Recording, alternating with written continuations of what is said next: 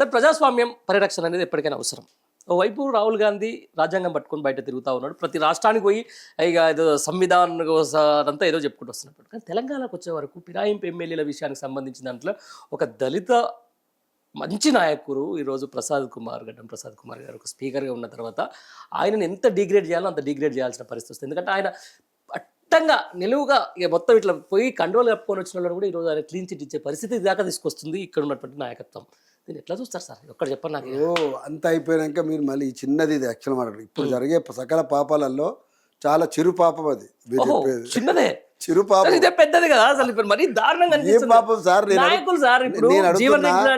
ప్రగతి భవన్ హైదరాబాద్ నడిబొడ్డులో ఉన్నటువంటి దాన్ని నేను నాటినండి. వైఎస్ఆర్ పాలన చేసినటువంటి దాన్ని పట్టుకొచ్చి నువ్వు గడి 10 ఎకరాలు కట్టుకున్నాడు అన్నటువంటి మనిషివి నువ్వు ఏం మాట్లాడతావు? ఎవడు చెప్పాలి అంటున్నా? నువ్వు చెప్పిన పని ఏంది? ఆ ఇంటి మీద వాలిన కాకి ఇంటి మీద వాలొద్దని చెప్పినావు. ఇంటి మీద వాలుడు ఏంద్రా? నీ ఇంటి మీద అవే గద్దలు ఉన్నాయి, ఇప్పుడు అవే గద్దలు ఉన్నాయి. ఆ గద్దలకే నువ్వు స్టాంప్ వేసి కూర్చున్నావు.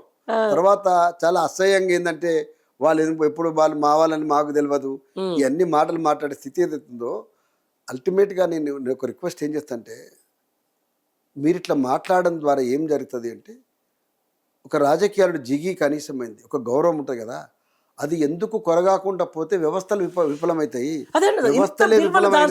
వ్యవస్థలే విఫలమైన తర్వాత నువ్వు రాజ్యాంగం పట్టుకొని ఏం చేస్తావు? ఇంత విలువలు దిగజారాల ఒక మంత్రి. నేనేమంటున్నా, అల్టిమేట్ గా ఫైనల్ గా రాహుల్ గాంధీ పట్టుకున్న రాజ్యాంగానికి విలువ ఉండాలంటే ఆ విలువలన్నిటిని కూడా తెలంగాణ ప్రజాపాలన ఉన్న దగ్గరికి వెళ్ళి నడుచుకుంటూ పోతే మనకి అనిపిస్తుంది. ఈ నుంచి దయ్యము రాక్షసి ఇవేమో నడుచుకుంటూ వెళ్ళిపోతే నువ్వేమో దేవతా వస్త్రాలు వేసుకొని తిరుగుతావా? అయితే సాధ్యమైతే చెప్పండి నాకు. అందుకోసం రాహుల్ గాంధీ మీరు దేవతా వస్త్రాలు వేసుకొని తిరగడం బంద్ చేయండి.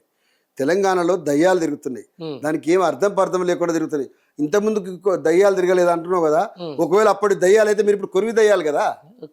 మీరు ఇప్పుడు కొరివి దయ్యాలు కదా, మరి కొరివి దయ్యాల ముందు పారదోలినాక దయ్యాల సంగతి తెలంగాణ ప్రజలు చూసుకుంటారు. అంతే రైట్. ఇదే సార్ లాస్ట్ క్వశ్చన్. ఎట్లా అనిపిస్తుంది సార్?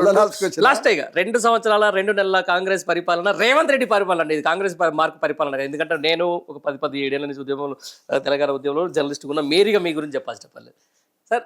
ఏమనిపిస్తుంది రేవంత్ రెడ్డి పరిపాలన? ఒక్క ముక్కలు ఎన్ని మాట్లాడడానికి ఇప్పుడు పాలన గురించి కాదు, నేను ఏమంటున్నట్టే పరిపాలన కూడా ఇంపార్టెంట్ కదా, దాని కూడా కొలమానమే కదా. సరే మాటలు తూటలు తొండలు పేగులు ఈ పక్కన పెడదాం. సరే నిజంగా మీకు ఈ పరిపాలనలో మీకు బాగా నచ్చింది ఏంది? రేవంత్ రెడ్డి అబ్బకి ఇది సూపర్ చేసిన ఏమైనా అనిపించిందా? నేను ఒక విషయం ఏం చెప్తా అంటే, పలు సందర్భాల్లో వారు చాలా వాగ్దానాలు ఇవ్వడం ద్వారా ప్రజల ఓటు బ్యాంక్ టర్న్ అవడానికి అవకాశం ఇచ్చింది అయితే వాస్తవం. ఇచ్చినప్పుడు వాటన్నిటిని ఫుల్ఫిల్ చేయకపోతే నువ్వు వైఫల్యం చెందినవు అని అనడం ఏదైతుందో, మన ప్రతిపక్షం కాబట్టి చాలా ఈజీగా అంటాం, ఆర్థికంగా సాధ్యం కాదు. కానీ నేను అలివి కానీ హామీలు ఇచ్చినా కానీ అది సాధ్యం కాలేదు అనే దానికి ఒక పశ్చాత్తాపం కూడా లేదు మీ ముఖంలో. పశ్చాత్తాపం లేకపోగా నువ్వు మాటికి ఏం మాట్లాడతావు? ఇవాళ మిర్యాల కూడా ఏమన్నాడు, ఈ ఎలక్షన్ అయిపోయింది మున్సిపల్, తెల్లార మీకు రైతు బంధు పడిపోతాయి. నేనేమంటున్నాంటే, అసలు ఇట్లా మాట్లాడితే మన స్థాయి ఏంటిది? ఎక్కడికి పోతే ఒక ప్రభుత్వాలు ఎడిగిపోతే ప్రజలు రేపటి నుంచి ఏం నమ్ముతారు? నేను ఓపెన్గా మాట్లాడుతున్నా.